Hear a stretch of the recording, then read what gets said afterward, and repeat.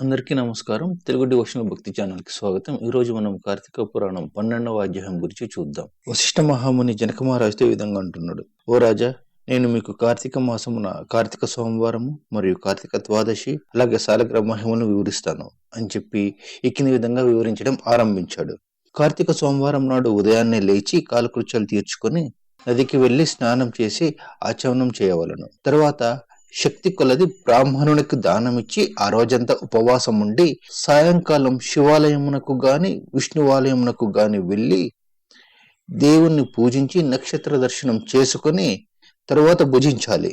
ఈ విధంగా చేసిన వారికి సకల సంపదలు కలుగటే కాక మోక్షం కూడా పొందుతారు. కార్తీక మాసంలో శని త్రయోదశి వచ్చిన ఎడల ఆ వ్రతం ఆచరిస్తే 100 రెట్ల ఫలితం వస్తుంది.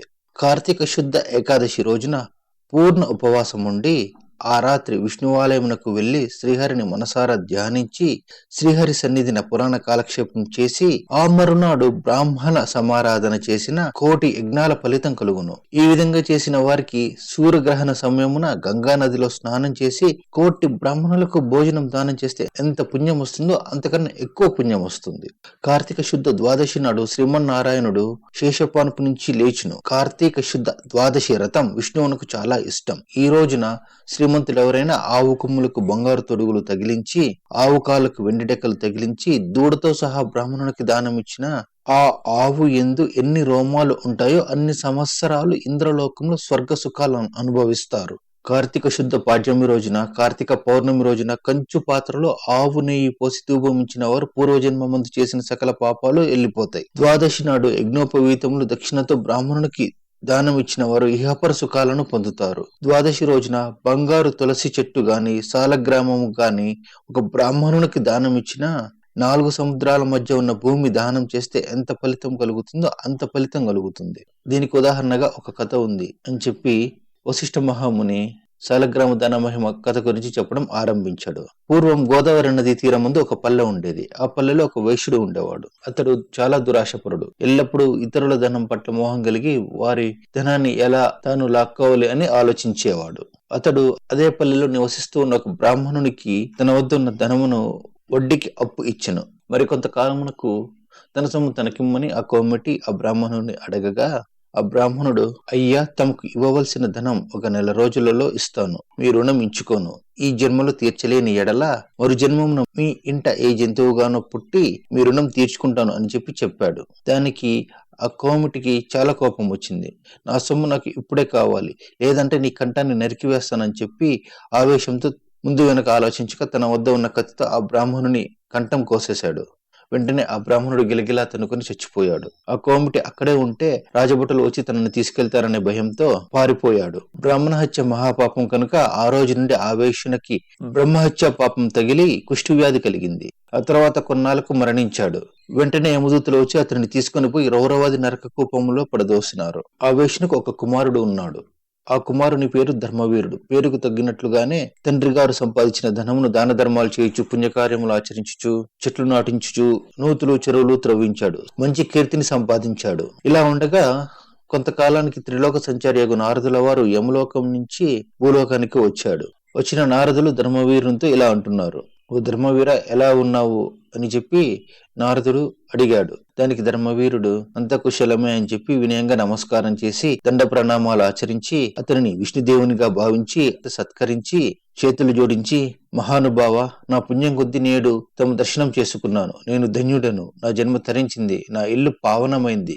శక్తి కొలది నేను చేయు సత్కారములు స్వీకరించి తమరొచ్చిన కార్యముని దయచేసి చెప్పండి అని చెప్పి అడిగాడు. దానికి ఆ నారదుడు ఒక చిరునవ్వు నవ్వి, శ్రీ మహావిష్ణువుకి కార్తీక మాసంలో శుద్ధ ద్వాదశి మహాప్రీతికరమైన దినం. ఆ రోజు స్నాన దాన జపాదులు ఏవి చేసినా అత్యంత ఫలితం కలుగును. 4 జాతుల్లో ఏ జాతి వారైనా అనగా పతివ్రత అయినా, జారుడైనా, చోరుడైనా, వ్యభిచారైనా కార్తీక శుద్ధ ద్వాదశి రోజున సూర్యుడు తులారాశి యందు ఉండగా నిష్ఠగా ఉపవాసం ఉండి సాలగ్రామ దానం చేసిన ఈ జన్మము మరియు వెనకటి జన్మముల యందు చేసిన పాపం పోవును. నీ తండ్రి యమలోకంలో మహానరకం అనుభవించుచూ ఉన్నాడు. అతనిని ఉద్ధరించడానికి నువ్వు సాలగ్రామ దానం చేయక తప్పదు. అట్లు చేసి నీ తండ్రి రుణం తీర్చుకో అని చెప్పాడు. దానికి ధర్మవీరుడు ఈ విధంగా అంటున్నాడు. ఓ నారద మునివర్య, నేను గోదానం, భూదానం, హిరణ్యదానం మొదలగు మహాదానాలు చేశాను. అటువంటి దానాలు చేయగా నా తండ్రికి మోక్షం కలగనప్పుడు సాలగ్రాము దానం చేసినంత మాత్రాన మోక్షం ఎలా కలుగుతుంది? దానివల్ల ఆకలిగొన్న వారి ఆకలి తీరునా, దాహం ఉండే వారికి దాహం తీరునా? అలా కానప్పుడు నేనెందుకు ఈ దానం చేయాలి అని చెప్పి నిష్కర్షగా సాలగ్రామ దానం చేయనని చెప్పి పలికాడు.